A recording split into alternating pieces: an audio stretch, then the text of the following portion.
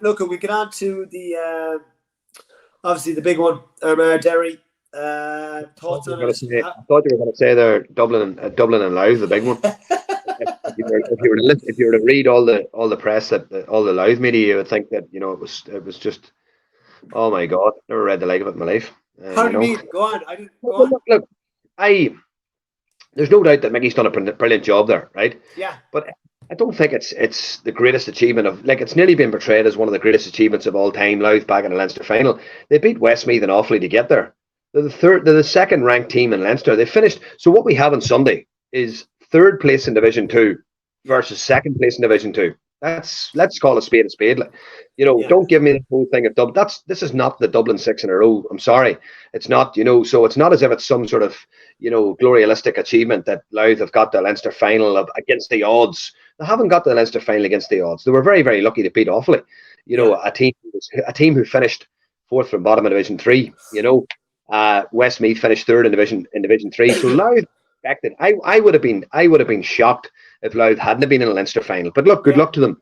Let them enjoy their occasion. Let them enjoy their day. And sure, they've done enough crying this year about not being in the Sunday game, so they're live on Sunday. So let's see what they're made of on Sunday. Oh, that's but the name, Jesus. What? Obviously, you're getting across the border there, Stephen. They're giving it to you, are they? You're getting sick of hearing. We got a bit of stick last week for getting Samuel Rye's age wrong. I think some Egypt was giving off about me and you getting Samuel Rye's age wrong. But here, the laugh was, I met a staunch Louth man on Saturday.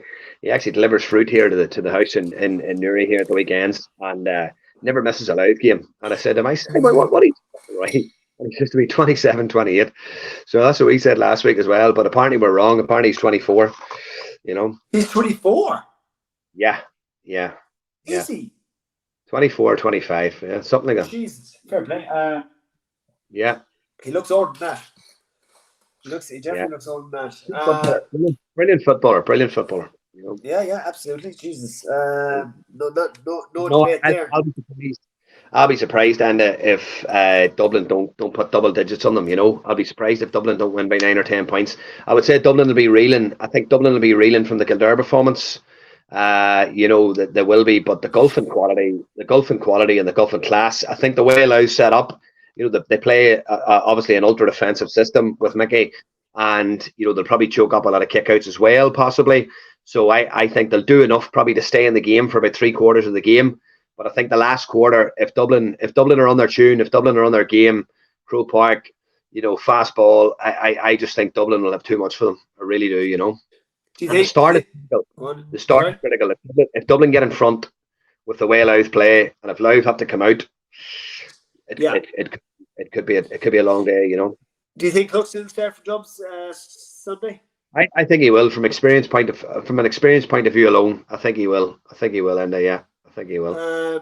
Will we see? Yeah, look, it'd be interesting. I'm like you now, Stevie. I'm interested to see the reaction from the Dublin team, the squad, obviously from the display the last day. So if it is a tight game, that will tell me a lot about the Dubs where they're at. I think Louth, obviously midfield, they have an advantage. They have two boys midfield for Louth. Definitely primary ball winners. They definitely give them an advantage there. Obviously, look at Finton will curtail them. I watched them in RD, and I was very, very impressed with the way they set up.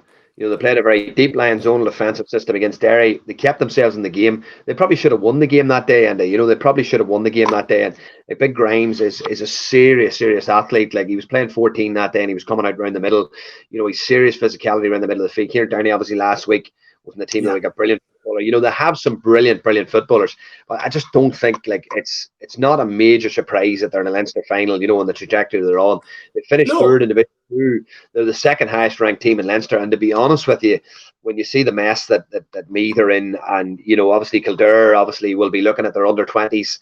That have won the All-Ireland semi-final against Down last weekend. They'll be hoping that they could beat Sligo this weekend and win an under-20 title and maybe build from that and bring in the likes of, those under-20s, which they did the last time, with the likes of Jimmy Halen and guys like that who came through the ranks with Kildare. And obviously Brian Flanagan, will be looking very, very closely at what happens at the end of the year from a management perspective as well, because I'm sure with the success he's had with those young lads, Kildare might want to bring in some continuity with and bring those young lads through and build for the future.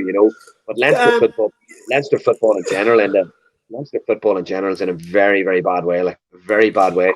When you look at the teams and where they are ranked in the league, it's quite concerning. Like, there wasn't a Leinster team in Division 1 this year. Not one Leinster team in Division 1, which is a worrying perspective for any province, Enda.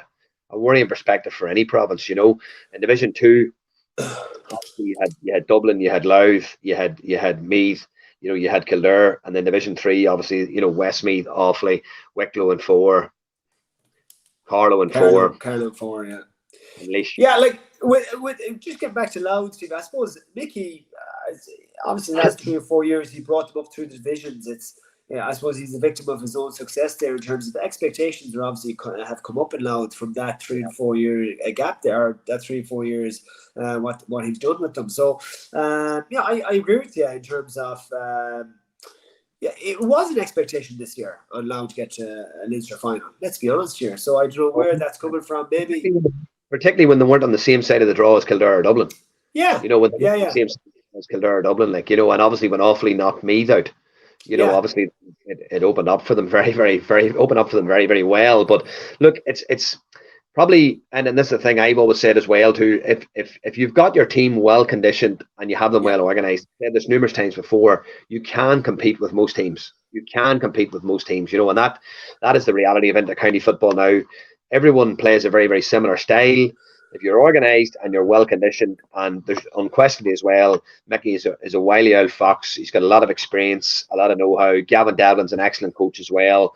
He will have them well organised. Mickey's been in big days as well. He knows how to handle occasions. That will help the changing rooms as well.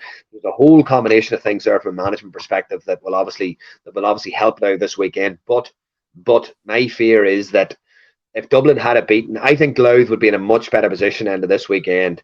Yeah. If Dublin had hammered Kildare, if Dublin had hammered Kildare, there would have been sort of like, I don't think complacency would ever sort of slip in for the Dubs, but there would have been an element of, how many is it going to be? Now everyone's thinking Louth have a chance, but realistically, honestly, I don't think they have. I'm going to play devil's advocate here, Stephen. Not devil's advocate, but we say have Kildare give them a bit of a blueprint of how to slow Dublin down in terms of just, as in leaving the wings completely exposed, just shutting off that D in terms of, if my man is out of the wing, how Dublin trying to spread you out.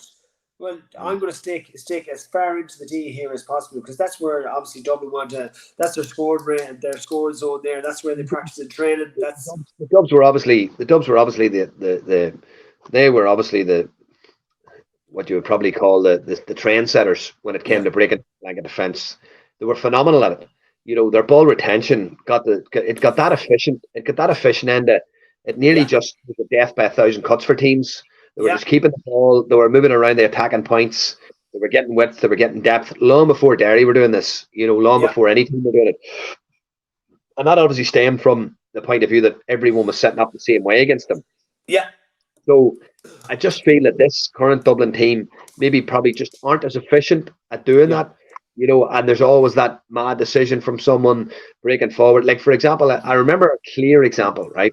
From back to Dublin in their prime, where Mick Fitz broke forward from cornerback, and he got to the edge of the D, and I'll never forget this clip. I'd love to actually pull the clip out and watch it again. But he got to the edge of the D, and he honestly could have flicked the ball over with his hand. He could have scored. He was on the edge of the D with his right foot, his left foot, or his fist. He could have scored easily. But he actually pivoted, turned, and waited for Brogan to come on the loop and just fed Brogan. And that was so, like, I was under Gavin. Everything was so systematic, so efficient. If Mick Fitz had taken that shot on, maybe possibly worst case scenario, a player of his caliber would never have missed. But say the risk was he missed. There was no risk in that Dublin team. Everything was so meticulously planned. Everything was so well thought out. This Dublin team, I just don't think had the same discipline to follow that really, really rigid game plan that Gavin had brought in. And obviously Desi has come in as a new manager. Won an All-Ireland in his first year. Possibly that All-Ireland win was maybe possibly still the sort of the hangover from Jim, floating about, and obviously the sort of mental rehearsal from the players had, from his days. But look, to be honest with you, Enda, they're still a force. They're still a really, really strong force. I told you last week, I seen them playing down in Newry against Antrim in a sort of challenge match, their second string, 2 days after the Leinster final. There's a few boys chomping at the bit to get into that team on Sunday, so their team selection will be very interesting on Sunday, and what players they're bringing off the bench. The likes of Mannion, Costello, Scully playing in that game, O'Gara, like some really, really top class forwards, that if the game's stretched in any capacity at all, can come Yeah. can come in really, really hurt you. Like. Yeah. So you want to go with 9-10 points in the end? I'm going to go with about 9-point win for Dublin, yeah. Okay. I'd say the bookies, you're not far off the bookies there, I'd say.